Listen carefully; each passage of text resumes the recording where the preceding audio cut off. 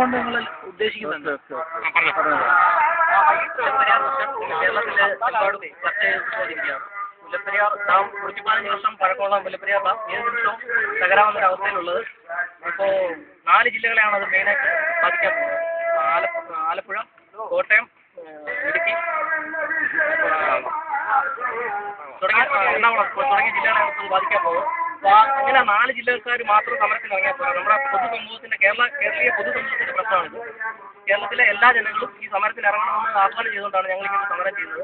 കാരണം കൊല്ലം, തിരുവനന്തപുരം ജില്ലകളും പിന്നെ അതുപോലെ മലബാർ മേഖലയിലൊന്നും ഈ സമരത്തിന് അനുകൂലമായിട്ട് ഒരു പ്രതികരണം ഉണ്ടായിട്ടില്ല. അപ്പോൾ ഞങ്ങളെ കഴിയുന്ന സംഭവം ഞങ്ങളിവിടെ ചെയ്യുന്നു. ഈ സമരത്തിൽ എല്ലാവരുടെയും സഹായ സഹകരണങ്ങൾ പ്രതീക്ഷിക്കുന്നു. നിങ്ങളെന്താ ചെയ്യുന്നത്? ഇതിന്റെ പേരോട് പറഞ്ഞു.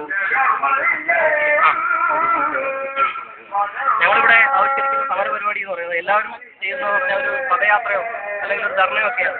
അപ്പോൾ അത് എല്ലാവരും ചെയ്യുന്നൊരു ഇതായതുകൊണ്ട് ആരും അധികം ശ്രദ്ധിക്കപ്പെടുന്നില്ല. അപ്പോൾ ഞങ്ങൾ വ്യത്യസ്തമായിട്ടൊരു സമരമുറയാണ് അയ്യപ്പൻപിള്ള സ്മാരക സാംസ്കാരിക സമിതി ചെയ്തുകൊണ്ടിരിക്കുന്നത്.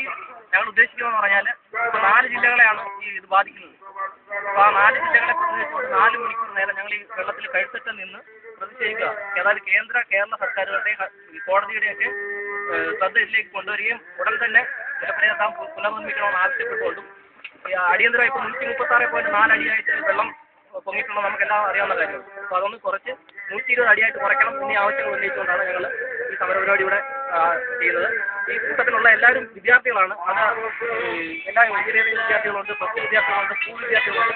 ഈ വിദ്യാർത്ഥികളെ സമരരംഗത്ത് അണിനിർത്തിക്കൊണ്ട് ഞങ്ങളിങ്ങനെ ആദ്യമായിട്ടൊരു സമരപരിപാടി കാസർഗോട്ടയിൽ ചെയ്യുകയാണ്.